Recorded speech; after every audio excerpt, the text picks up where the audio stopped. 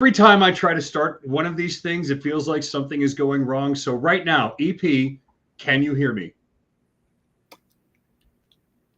I can hear you just fine. Okay, so that means it works. One We're good. thing so far works. That being said, here we go. EP record-setting heat across the United States. Gas is $28 a gallon. You have a 60% chance of your flight actually being on time, a 40% chance of it being canceled. But make no mistake, just like that, summer is back. Golf is now about human rights. Sports is over. Baseball doesn't count. What happened there? There's nothing good on TV. The top 3 sequels to movies that came out are 30 years ago, 27 years ago, and 36 years ago. What the hell? By the way, when you get to hell, say hi to Art Briles for me. Yep, still completely stealing weekend observations from Stugatz and the Dan Lebitard Show with Stugatz. Check it out. I didn't ask for any of this. Give me a team full of Edward Prestons and we'll win championships. Do it in the playoffs. My name is Matt Stevenson. For some of you who are here, obviously you know I'm reading this because I'm looking over here, but it's funny, and I need to read it because it's funny. But you may know me from various incarnations of PM73 Media, perhaps the Insecurity Podcast, or the sartorial splendor that I have been known to display time to time at shows around the world. Or you may know my man to my virtual right, Edward Preston. EP, tell the people who you are. What's happening? Hey, listen, good to be here with you again. Mr. Stevenson, I'm just a man that likes to share with the world the good, the bad, and the ugly. And hey, just keep hustling out there for a fistful of dollars while I'm at it. Maybe dollars, maybe gold, maybe Bitcoin, maybe not Bitcoin right now. All the while, I enjoy sharing the chronicles of the startup life, since I have over 25 years of, growing out some of those startups, which means I know a ting or two about growth, marketing, sales, and branding. So today we're going to be talking about the rise and fall of startups, what makes those startups run up and what holds them back and drives them into the ground. And so today we're going to have an epic time with Mr. Stevenson. Well, my man, and as we know, you can't spell epic without EP. Oh, and yeah, you may already be tired of it. We're not. It's not going away. So get used to it. Now, if you know my shtick, and this is even my shtick now, is for me to open with, my shtick, but we offer a little bit of culture, some words that came from somebody besides me, and now from somebody besides EP. So I will offer you this. And now, folks, it's time for Who Do You Trust? Hubba, hubba, hubba, money, money, money. Who do you trust? Me? I'm giving away free money. And where is the Batman? He's at home, washing his tights. That, of course, is the Joker from the 1989 classic, dare I say, epic from Tim Burton. Oh, wait. We've had some weird technical difficulties. Now, he made it. It's a hologram. Is it really now wait him? for it, though. We're not even at that point. We're giving it away that something might have almost gone wrong, but didn't. Now, we'll get to it in a second. Now, as I was saying, part 2. Oh, barnyard drivers are found in 2 classes, like crowding hogs and speeding jackasses. So remember to slow down today. Hey, Daddy-O, make that type O. Atta-boy. That, if you have parents or grandparents or great-grandparents of a certain age, you may or may not have ever heard, but that is from the 1956 forgotten classic Transfusion by Norvous. I know. What the hell are we even talking about? Wait, Art Briles?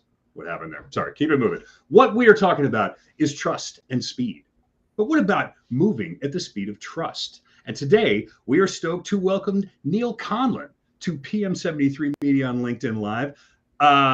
There was some interesting things getting Neal here, but the good news is that he is here. So, speaking of Neal and that beautiful grinning mug, we got to tell you a little bit about our guy. He is the VP of Sales at Epiphany Systems. He is the founder of Press Forward, which is 1/2 mindset coaching, 1/2 business mastermind, but 100% humble and quiet. And despite that haircut, he has the best teeth in all of cybersecurity. I mean, dude be like Jim Carrey in The Mask with that China. In current and previous lives, he has been part of the executive team at AppGuard, where they raised over $100 million in 2 years, fractional chief revenue officer to multiple startups, also an advisor to multiple startups. And let's not sleep on this. In a previous life, was a platoon sergeant in the United States Marine Corps. Neal, welcome to PM73 Media on LinkedIn Live. Hey guys, thanks for the flexibility. I'm proving that through thick and thin, through flight crews and planes, I will still show up for the thing I'm supposed to show up for. So glad to be here today. It's been a rough few weeks for the airline industry. Shout out to all of our friends out there, man. I get it. Your work was already hard, and now it's really hard. But yeah, man, can you tell me the probability of you making that connection between Newark and Philly?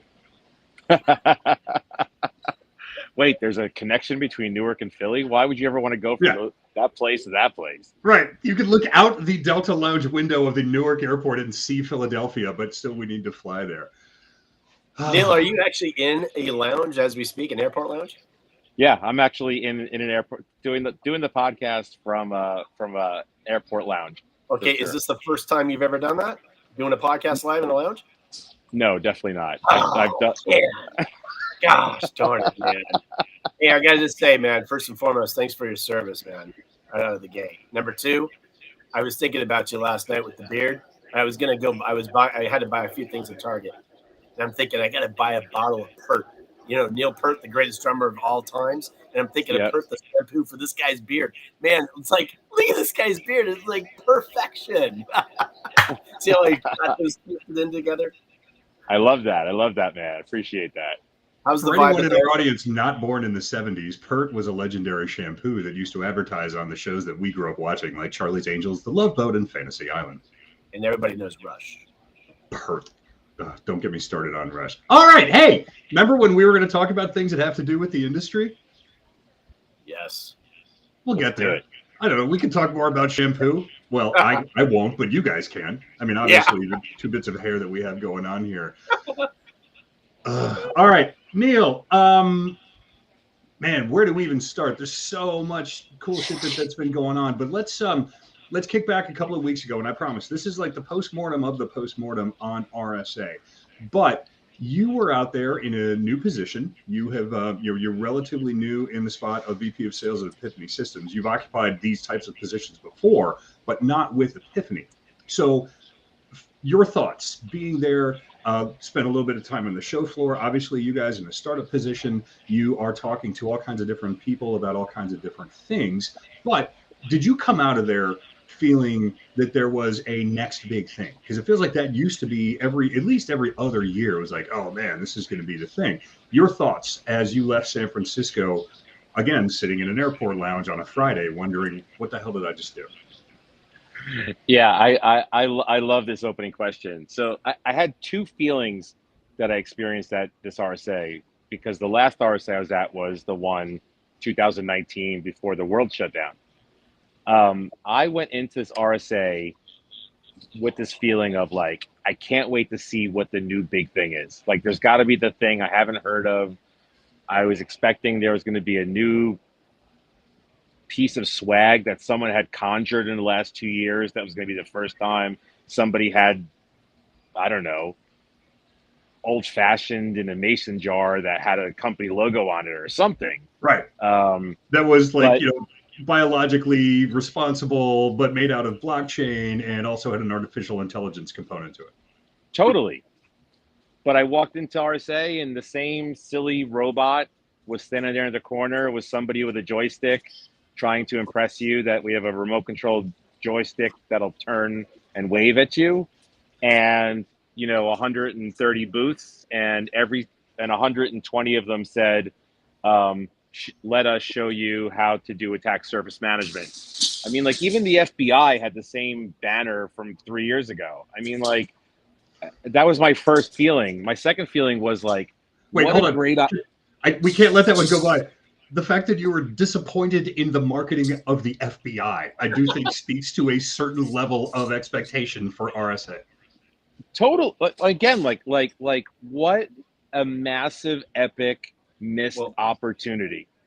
Federal branding imbeciles. Isn't that what it stands for? Oh, shots fired. FBI catching a stray. Okay, carry on. You like to wrap buses? I think Say somebody again? needs to wrap an airplane. Neal, I think Epiphany should wrap a Spirit airline coming into the gate, and it's wrapped in Epiphany. What do you think about Hey, that? no With free you ads. driving. Shout out to Spirit, but no free ads. I don't know. Wrapping an airplane in something that says "See what the bad guy sees," kind of conflicted there at the moment. Good point. Good point. Right. Problematic. Got it. Keep going. 10 points for Neal. It would be like Target advertising on an airplane. Like, Pew! Yeah, there you go. I guarantee you there is nobody doing cybersecurity related LinkedIn Live things like this. Yes, please paint a big target on the side of your airplane. All right, moving on. Oh man. but yeah, but like really, like the FBI thing comes up for me because, like, you know, what a massively huge missed opportunity. Like, hands down, if the FBI showed up like a bunch of startup bros and dropped the suits for a year, everybody would have talked about the FBI was the only one that thing was different. If the FBI went all men in black and wore glasses and the skinny ties, everybody would have talked about the FBI booth. Like I really think it's like massively huge missed opportunity by everybody who had a booth, everybody who did a party. I mean, like, a really big shout out to the guys at Armis who like really doubled down and had Incubus there. I mean, like, that was like a huge flex, like a really good, healthy way to flex, to be like, we're doing really good, we're throwing a big party, and we're just gonna have good music. Like that was a good flex for them, for sure. What better way to celebrate that than by bringing everybody's 13th favorite band from 2007 to come and play? Sorry, no offense. Yeah. I will say this is an actual thing sitting on my desk right now. The business card from the FBI. Nice. Because I stopped by their booth. Nice. Neal, can I share with you my 2016 FBI story, since we're going to sidetrack on FBI for a second? Go for it. My RSA experience, I was working for a company, the Green Company. I could say that because they're bought by BlackBerry. Silence. And literally, we're in the back right corner of some hall. I think it was South Hall. Back left corner. And right next to us is the FBI. And so here I am up on the stage. And yes, I did this. I'm telling all the people. I mean, Silence was only a couple of years old in the market at the time. And I was telling all the people that the FBI is telling you to pay the ransom. You remember this? The FBI was saying, pay it. Just pay it. That's what they used to say. And then my shtick was, they're telling you to pay the ransom. We're telling you to pay us. And I look over at the FBI, one of the reps in the booth, and he's kind of like giving us the nod, like, yeah, these guys are good. That was like a little like on the edge, but it worked.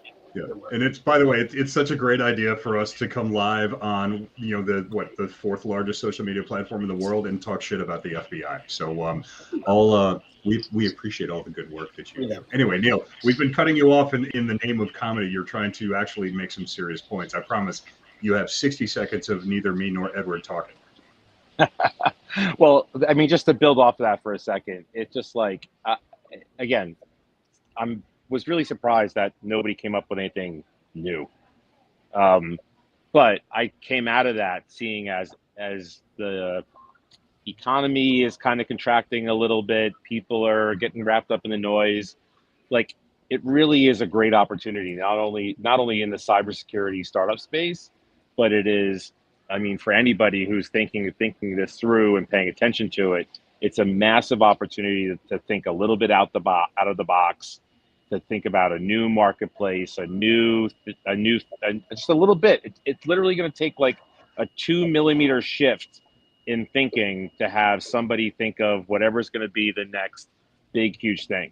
And I was quite intrigued because there was I'll leave the company names off of the table, but there was more than a handful of companies that were at RSA because they'd already spent the money. And then almost immediately after, RSA announced layoffs and cutting back and a whole bunch of these things. And I'm like, this is fascinating because, again, you literally would have needed a 2 millimeter shift at RSA, to a little bit of different thinking You could have built a huge pipeline at RSA, and you could have been like, maybe let's hold on to some of these folks because we did such a great job. Instead, there's this like macro economics that goes on, especially in cybersecurity, that you got to build this silly story that every other cybersecurity company has done, and therefore you need to play that game, or else people will not accept you in the way that you need to. And I think that with the economy shifting and the way that it's shifting right now, it's like, if you look at the players, the cast of characters, right? And this ties into like, I'm excited. Like I'm a military veteran, done the corporate thing, done the startup thing. Like I'm built for chaos. And so like, it's like every time I see another thing in my social media where another company is like JP Morgan laid off 1,000 guys in the mortgage space today. Somebody wrote about how fertilizer prices are going up because of oil inflation. I'm Yeah, but literally that story's like some bullshit. Oh wait, Yeah, sorry. that is some. I'm literally easy. like a little I'm literally like a little kid walking up to the carnival being like, Mom, I got a roll of quarters. Let's play some fucking games and see where we win. Neal, Like Neal, finish this the is sentence. great. Finish the sentence. Chaos provides. I mean opportunity. Yeah. Yes. I have been praising that from all the startups I've ever touched back in my finance days. I always talk about the chaos in the markets because you need chaos to get opportunity. The thing is, when there is chaos, do you know how to ride opportunity and wrangle it and just ride that? Because that's how you succeed in the startup life. That's how you succeed in the markets. Right now, everybody's just going, "Oh my God, the sky is falling." Yeah, and there's some epic opportunities to go in there and buy not only the dips for a short term like a day trade, but to actually go for a longer term. So you think about the startups that come in, they have a big bang, then there's a little bit of a lull. It's like, speaking of airports, it's like coming out of John Wayne Airport, right? You know how the plane goes straight up, and then all of a sudden the captain, I love how the captain says this, ladies and gentlemen. For the 97% of our listeners who don't fly into or out of Orange County, California, it's classic. And oh, by the way, for the epic thing, remember you can't spell epic without EP. Plug. But my point is, you have to know how to ride out the chaos and take advantage of it. So I love that you actually brought that up. Hey, Neal, what do you think, like, going in, because it's so ironic, right? Well, hold on. Hey, while we're talking about this too, and Neal, I love that you dropped the C word up front with chaos, because I was going to ask a question, but we got a great one from one of our viewers out there. Shout out to my boy JT. How does needing chaos transition into engendering trust? And also shout out to JT for using engendering, because it's a great word. But as all of the weird shit that we've had to deal with in general in our industry, but what's happened over the last 2 years, now we're trying to come back to work, and now we're trying to go back to these shows, and it's utterly chaotic. So, if we are trying to, the old school version of this is whatever the one about, the time to make money is when blood's running in the streets. Like, this is the chaos thing. So from your perspective, as someone who is coming into a startup in cybersecurity, but also with your history, knowing what you've done, as we look at the chaos, opportunity can be looked at cynically, like, oh, they just want to make money. But it's like, no, there's real chaos here. There's shit that needs to be fixed. Like, what do we do? And how do we do it in a way that people aren't going to stop looking at our industry with a side eye about how, like, well, they're just making this so they can make more money. So solve all the problems of the entirety of the world of cybersecurity. You got about 100 seconds. Go. Perfect. Well, I mean, like it dovetails into the whole trust aspect very clearly, because the reality is the United States business culture is 100% built off of a narrative that gets built. A narrative gets built, and the players of that need to trust the parties that are involved in that narrative.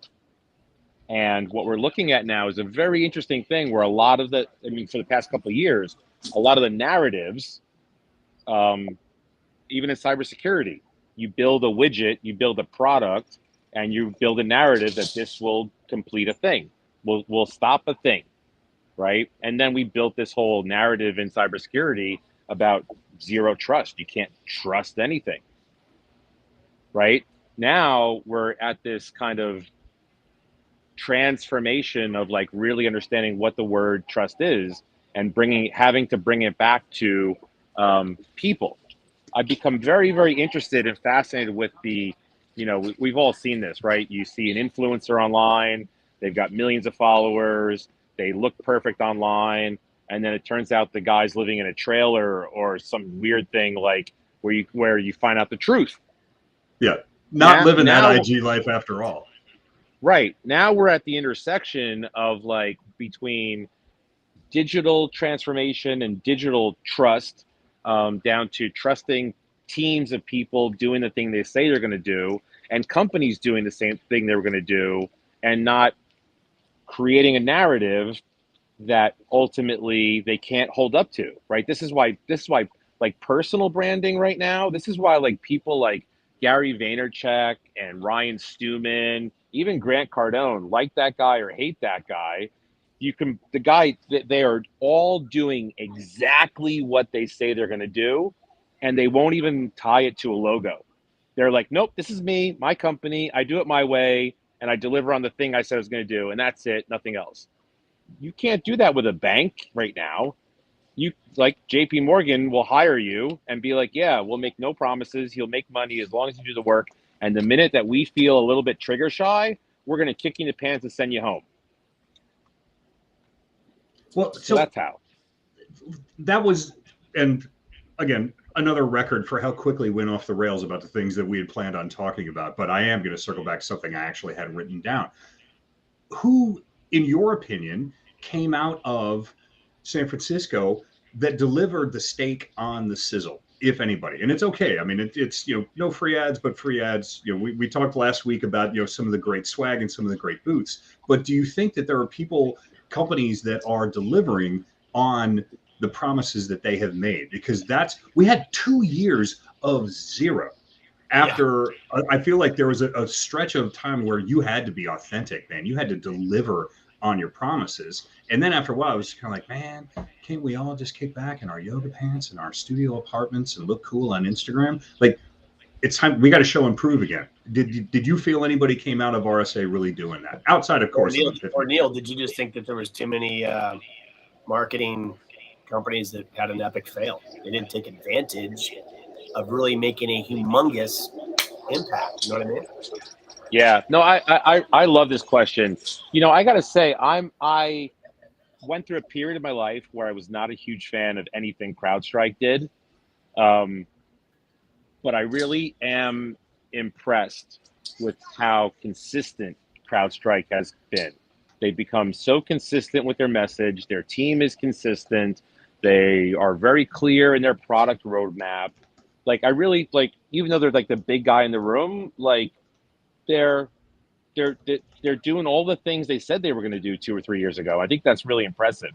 I do also think that Armis, because I was at their event and talked to a lot of people there, like they're following that model. They're like they're not falling into the marketing humble brag engine. They're being very clear, very thoughtful in what they're doing, and they're really good at being like, these are the 10 things we're good at. The rest of it is just not what we do. I think that what they're doing is really, really impressive. And I think that if I was going to bet on a company, they would be one of the companies that I would bet on for sure. They've just got a great management team. They know what they're doing. And I'm not even saying that as a customer or I've met a couple of the people there. I just think they're doing a really, really good job of what they do. There was I think what Pantera is doing is really interesting. I think they're very different clear. Company than Pantera. Sorry.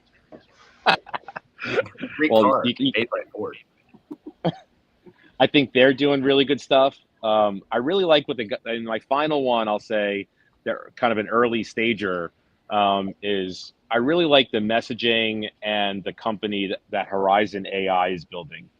They're the veteran guy in the room, so obviously that kind of hits me in an interesting thread. But like they're doing really good things. They got smart guys, and I think the momentum that they have is tied to, look, I don't know, you build a SWAT team of military guys and gals in the background, and give them a mission and a purpose, and like all the other guys can kind of F off, because you just can't compete. You just can't compete with those people because they're just so committed to it. Neal, what Neal, wait, hold on. Neal, you've already said fuck once, so I mean, you can say it again by now. I mean, it's we're good. Neal, what creates a sizzle out of those? Is it the messaging? Is it the branding? Is it a combination? What stood out for you out of those that you just mentioned? Was it the messaging? Was it the? I think I'm hearing consistency, but this sounds like there's another couple of pieces you might throw in there. Makes it I think it's the overall package and execution, right? I mean, like in cybersecurity, there is infinite problems to be solved. There is infinite smart PhD people that can create a widget that does a thing. There are really good marketers who can paint you a story, but it really is that it's when, for me, it's when it starts to feel like the company is moving lock and step with those three things. Like you just have to, otherwise you get swallowed up in attack surface management. No, I love that you mentioned that, because that was something we talked about a little bit last week, and shameless plug for the PM73 Media Security Podcast. We're going to talk about it a little bit more. But when you look at what came out of RSA that seemed to be one of the topics, attack surface management, that's one of the sexy ones. And that's kind of what I'm wondering. It's like, these aren't the things, the technologies that end up being important in Jerry Bruckheimer $150 million budget movies. Are we moving out of that? Like, is security getting to the point where it should be boring again? And we're not making the big sexy thing because, it's not, I just watched, I'm embarrassed to admit it, I just watched Armageddon. And, the idea, like, if you made Armageddon today, it wouldn't be that they had to stop the incoming asteroid. It would be that they had to stop somebody from literally melting down every computer on the planet Earth because of WannaCry or something like that. Is bland the new interesting? I love this question, so I appreciate you doing the research and coming back to this. Watching Armageddon, that's the research I do for shows like this. Well, there's a whole nother podcast in that whole thing itself. But,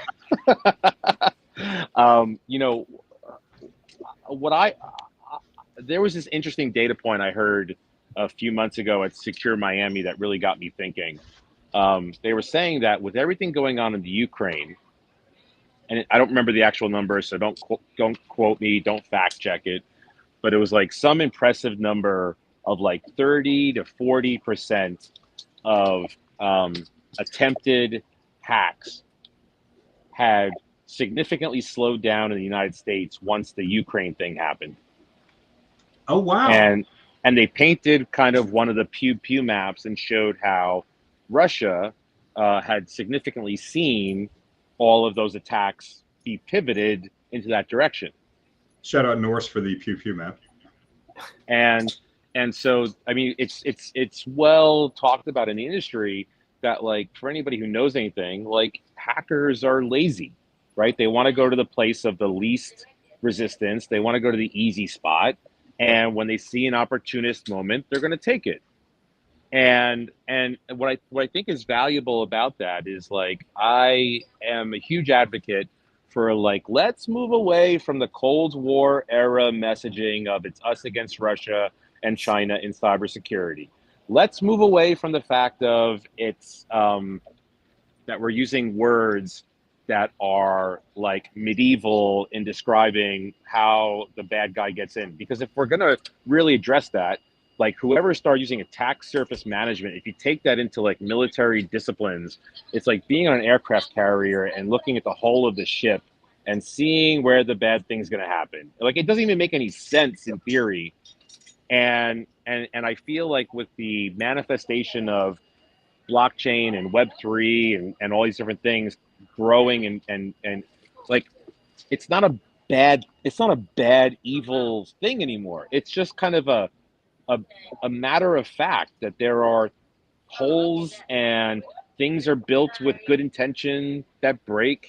And while there is ways to exploit stuff, I really think that people really need to take a more holistic approach in looking at, like, identifying, where the kind of gaps are, instead of making it this kind of Armageddon, end of the world, the bots and Terminator are coming to get us, and somebody's wearing a hoodie, typing on a keyboard at 4 o'clock in the morning with a bunch of nachos there, trying to get into your house. I mean, that's a thing. We have to navigate through the bad guys of that, but most of the problem is none of that shit. Well, you said two of the magic words. If you notice, DP set up a little straighter when you said, blockchain and Web3. So I'm literally, this is something that no one has ever seen me do before. I'm going to turn the steering wheel over to EP because I know that he's got some questions specifically for you for what we're doing coming out of there. And this is now where I become Ed McMahon and he becomes Johnny Carson. So listen, we're going into July. And this is the off season. We just had the NBA draft yesterday, right? I think it was yesterday, yeah. And I think we're in the tech off season. Neal, would you agree that, as far as the big shows, it kind of kicks back up again in August? I think Black Hat kind of kicks it back off. What is if you're going into that show, Neal? There's obviously companies at the beginning of the year that budgeted for it. They've already spent the money. Those that actually went to RSA are thinking, God, those that are actually listening, hopefully, to this show are thinking, yeah, we really need to do something different to make a splash. There's some things out there that the smaller, you mentioned CrowdStrike and Armis, they've been out there for a while. Think about the ones that they're like the B rounders, that maybe they're at the C round now. What can they do to try to be like, I kind of look at these shows, sometimes like a wedding. You always remember the food and the location. And sometimes waking up the next day, where am I? Sometimes maybe the bride and the groom. Black Hat, Neal, throw some love out there to those smaller companies that need to do something different to be remembered. Yeah. And you're absolutely right? We're in this little bit of a dry, weird period where the summer sets in, it gets a little hazy for everybody all of a sudden, and then we go right back to it in Black Hat in August. And, I think even to bring it back to our topic of trust, right? I've really been going deep into this because I think with the economy going the way that it's going and this topic of trust, I feel like one of the things that I very much align on with the CEO Epiphany. It's probably one of the primary drivers why I wanted to work with this organization was he said to me in our first meeting, everything happens at the speed of trust. Well, now, hold on. Just because I know the guy you were talking to, he said it as everything, happens at the speed of trust. Shout out Rob Bathurst. Sorry. I just like doing my Bathurst voice. Another great beer. And it's true, right? Now that's a very small answer or comment. I'll expand on it and then give folks who are listening some tactical stuff. But if you're walking around the haze of a marketing conference and everybody's using the same words, how could you trust any of them? Right? So actually, with all these cyber companies who are being told they got to blend into the marketing haze so that they can fit in or meet the requirements of the investing deck or whatever, or the weak marketer you got on your team who's not able to come up with a couple keywords, you actually devalue the trust that the person has because you just kind of blend in and I can't trust you guys. Then from a CISO perspective, you now are actually starting, or the company starting at a deficit, and now where you exhaust yourself in the pitch is actually trying to differentiate yourself when you pitched yourself the wrong way from the get-go, right? So it's like everything does happen at the speed of trust. And I think with the economy going on, with the summer haze going on, with COVID things going on, it literally is like, how are you going to differentiate yourself and stand just a little bit apart and be like, that thing that you think that we do, we're actually doing something completely different. Now let's have a conscious and aware conversation and build some trust into the relationship. We're really going, I love this from a marketing perspective for companies, because it is going back to a little bit of grassroots of what's the value, what's the mission of your company, what's the mission statement of the company, show me your proven team that's done this before, right? All of those things are becoming so much more important than just showing up at another cyber happy hour thing and sifting off drinks off the corner, like, and all that type of stuff. And especially the fact that Black Hat leads into DEF CON. Vegas is the perfect place for you to go and get wrapped up in the haze of Vegas. Yeah. But ultimately, I think in the first week of August, great idea. Right. For any company that's really, I think for anyone going out there, if you're on the cyber side, my challenge to them would be like, I don't know, go have some real, meaningful, conscious, intentional conversations. Go like meet people with the intention that you're actually going to talk to them after Black Hat again. And for the cyber folks, if you're on the the product side, same exact advice. Go make some meaningful relationships. Go like get to know people a little bit, and like let go of the cyber ego for a minute, because the cyber ego is brutal because it's wrapped up in the fact that the margins on cyber products are so strong that you think that if you get somebody liquored up enough, or you get them pitch them enough, or talk about attack surface management enough, they're going to buy your shitty product. Yeah. And I think you can pivot away from that. And, here's my final little digression here is like the life cycle of a CISO is, getting shorter. It's only like 16 to 18 months now. So it's more important that you build valuable relationships with people on both sides of the fence than it is for you to walk around with your cyber ego and flaunt your CISSP and all your other compliance certifications. And then for the VP of sales or the cyber salespeople, your life cycle is probably shorter than that if you're not hitting your numbers, and it's about to get a whole lot shorter if you don't hit your numbers with what's going on in the world. So have some conscious, meaningful, tactical conversations and build some relationships.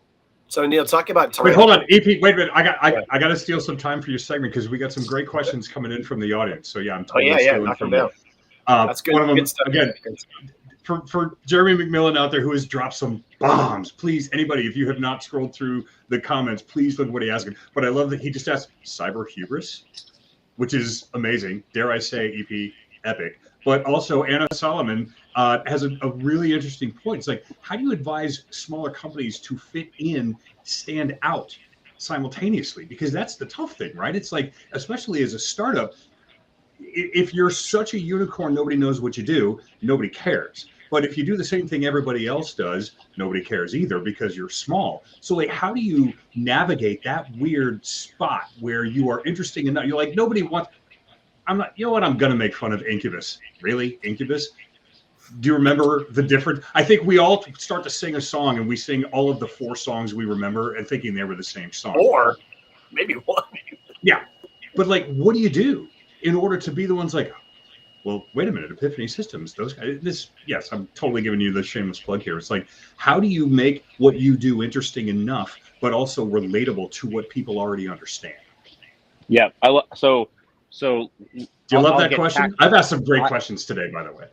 I got a tactical answer for this one to help Anna out specifically, because before I kind of crossed over to the dark side of sales, I'm a data growth marketer by foundation. You go into Google search, you pull out the list of all the cyber words. They tell you exactly who's searching for what. You look at the number of searches, and you can actually compile a Wordle off of like what it is you really do, based on what the market is searching online, because so that's a great tactical way to do that. And then I would say you go through a SWOT analysis, to throw on my business cap for a second. You think about what it is that you actually, the culture and the mission statement of the company is, and then you kind of combine those two and come up with what it turns into, right? Like this is why,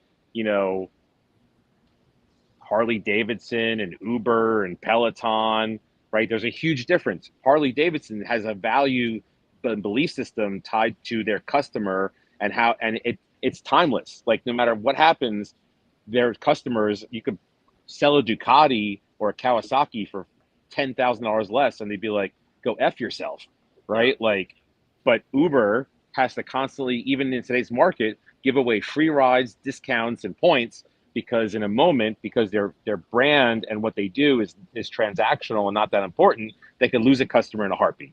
So Anna, you gotta do a little bit of work there, but like it's a thing. It's a thing you can absolutely do. We now return the steering wheel to EP. I wanted to ask a timing question. So, I'm a big guy about market timings, market cycles. If you're coming out of stealth mode right now, Neal, when do you come out of stealth mode right now? Are you making that big announcement at Black Hat? Are you waiting till September? Are you waiting till October? Or are you just saying kick the can down the road and we'll wait till Q1 23? Yeah, you guys keep on nailing these questions. I just answered this exact question yesterday for somebody else. So the two things that come up for me here are March 15th, 2020, right? Everybody's getting sent home, and a bunch of people in my non-cyber communities, business owners, are jumping out and being like, we own yoga studios, we own restaurants, we own dance studios, and nobody can come in. The cog of quarters has just stopped. What do I do? Right? Which would be the equivalent of, like, I think what's coming, a different version of that, but I think some of that's going to happen to where the money's going to stop for certain people. And so the first piece is, I think that if you're in stealth mode and you're coming out, the first thing to think about is what's really most important to you. Is it revenue? Is it validation? Is it a logo? And I think what most startups do is they just go into it trying to get all 3 or 4 of those things at once with no clear strategy over what they're going to do after they get those things. And while you can go after those things, the cost of acquisition of those things can be expensive. And it's like where startups die. You're like, we want to get logos, we want to make money, we want to do all the things. So I would say that having a clear expectation of what you want to do over the next 3 or 6 months. Do you want to if you're in stealth mode, do you want to get validation from a couple of people, or do you want to get dollars? Those are 2 very different tracks, right? I would say that's the first thing. The second thing is, I think it's so important for companies to know what the end game is early on, because I just had this conversation. If a company's goal is to go IPO, and a lot of companies don't know this, if your goal is to go the VC route, if your goal is to get acquired, those are 3 completely different stories, strategies, and processes. And they require different checkpoints. And if you don't know that, then you're just going to fall into that mechanic of, like, we're going to get some customers, we're going to sell our baby, we're going to get trigger shy when people think our baby's ugly. And then, like, unless you've got a ton of capital behind you, you can just get grinded out in that meat grinder of trying to make it. And I think it's why you need to have a very clear path. So and you can change the path. I want to riff on EP's question and flip that a little bit. We talked about it last week because RSA and Black Hat are so close together. And I love that you referred to RSA as a marketing conference, because it is. It didn't used to be, but it was never really a hacker conference. Black Hat used to be a hacker conference and is now kind of half marketing, half hacker. Mostly marketing, a little bit of hacker. But DEF CON's still there. B-Sides is still there. But that means that there's people. And you also referred to companies unnamed, but massive layoffs that happened immediately after RSA. So there is this huge influx of incredible talent that is out there now. So the same thing to what you were just talking about with regard to companies. What about the people? The people that are going to go to Black Hat for the first time just to go. And they're flying their own flag. Everything's a job fair anymore. So that same type of thing, as far as how do you brand yourself? What decisions do you need to make about yourself? Do we want to do PM73 Media, LinkedIn Live stuff, or do we want to spend time trying to be a technical product marketing manager for a cybersecurity company? That's my personal story, but you are you're a guy, I mean, the beard, the hair, the suits, these are choices you make. When you arrive at these events, people know you're there because you've made that choice. For people that are looking to do these things, what do they do? Yeah, the thing I love about this market that's coming up, just like other times this has happened, is like personal growth is just a non-negotiable. It's just a non-negotiable for you to be like, all right, I really thought, and I've been there, right? Like I have a lot of empathy for the guys or gals that get caught up in the story of the startup, think it's going to be sexy, think it's going to be seductive, drinking the juice, right? And then, and a lot of people are realizing that once the beer fridge goes away, once the Nerf gun afternoon and the happy hour goes away, oh yeah, it all comes down to brass tacks. I see you, Neal. I see. Clearly, he's got artifacts and startups laying around him everywhere. Welcome to PM73 Media headquarters. Exactly. Don't make me pull something up wicked. Keep going. So, it becomes a personal choice. I've kind of built my personal brand after kind of getting my scars and lashings from the startup community and the Marine Corps. And the Marine Corps. We call that hazing per se. Back when you could. Now it's frowned upon. But I've kind of branded myself as being this like no nonsense guy who operates with a very high level of integrity, and accountability and consistency. And I'm a little bit rough around the edges because my intentions are so clear. And I kind of had to like go through a little bit of a tornado there to where when I told that to people, they were like, great, you're fired. And having to kind of go through to be like, I just said some really like clear intentions there and it didn't land well. Like you have to like go through a moment to be like, wait a minute, that logo that I believed in or that cubicle that I just sat in for the last 4 years or whatever that your version of that is doesn't serve you well anymore. Like, and I mean, this is where the trust thing comes in. Yep. It's like people, I have a lot of empathy for people who grew up in a family like I did that, whether it was Transamerica or Amex Bank or whatever it is, that was like, hey, you come to work, you work this many hours, we will pay you, and you'll get a 401k, and you could be here for 20 or 25 years, and you will ride off into the sunset with the American dream. And that was amazing for a very, very long time. Those days are gone. Those days are gone. But also, meanwhile, set your soul on fire, bury it under 15 pounds of concrete because no one cares who you are. You are part of the machine. Just make the machine go. Yeah. Right. And then the hard part about that is like you will, if you're good at what you do, you will put all of your energy, all of your resources, all of your great ideas, everything into that company. And when you're done, nobody will know who you are. All right. This is the hard part about when you're producing a show that has an 11-minute clock running at the end. We're workshopping something here. This is episode 2, but we want to do this is we're again, bear with us. We're workshopping it. The topic's great. Name might not be great, but Epic Corner. EP, you found something awesome that I think, given what we've been talking about with branding and authenticity and everything that we want to do, really interesting story today. So again, handing you the wheel. Go. Yeah, I saw this yesterday. I'm always like looking at the headlines, whether it's in the sports or finance or Web3 or cyber. And this one grabbed me because it was right in line with the topic today, which is in the realm of branding. So check this out. MasterCard, okay?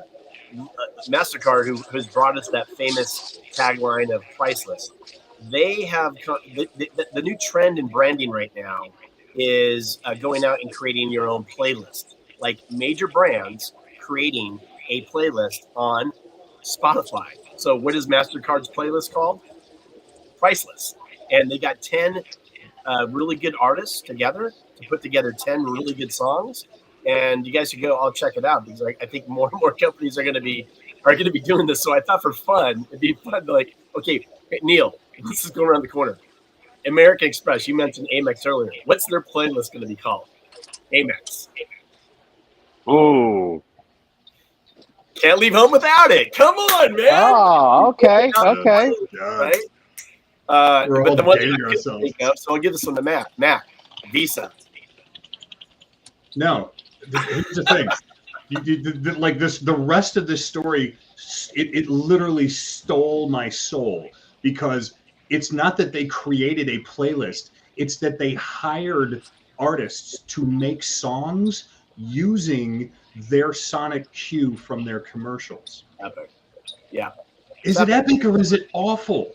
Because Yeah. here's the thing, man. It's like we've all grown up. I mean, it's not new, right? I mean, it's one thing when you've got songs that are being pulled into soundtracks and or used for commercials, but then there's also things like, Coke's I'd like to teach the world to sing. For those of us that are old enough, we remember that. Or the Friends theme song. Or I don't know how many people know this. McDonald's whole ba-da-ba-ba-ba. That's actually a Justin Timberlake song that McDonald's bought the rights in perpetuity in order to make that into a jingle. He did not write that for them. That was a song that they bought. So this MasterCard thing, it's not reaching out to Lil Nas X and Dua Lipa and Jack White and saying, hey, we'd like to get your song on our mixtape. They sent, think of the HBO, they sent that sound to artists and said, will you make us songs? Yeah. So that's where my question comes from on this stuff. Authenticity, it felt like, was a really big thing for brands in the teens. Is it still? Like, am I just a jaded Gen Xer that got used to Eddie Vedder and Kurt Cobain and Chuck D telling people to go fuck themselves? Or is this just how it is? You have me at jaded. Neal, solve my problem. Neal, I'm going to give this to you. For the Epiphany booth at Black Hat, I want you to get the playlist, come up with the name. You and Bathurst come up with the name, and then put them on CDs. Everyone right now is like, "What's a CD?" It's a coaster for your coffee mug. Put them on CDs and put them out there for people to come pick up and watch all the people that come up to get. Hey, what's this? Oh, it's a reflector. So come up with something cool, creative that people are walking around talking about, and then they'll remember you. And by the way. Speaking of fun gifts, how much do you think I can auction this off for at Black Hat? Oh, good Lord, yeah. Because 2017 called. Triple header silence. Yeah.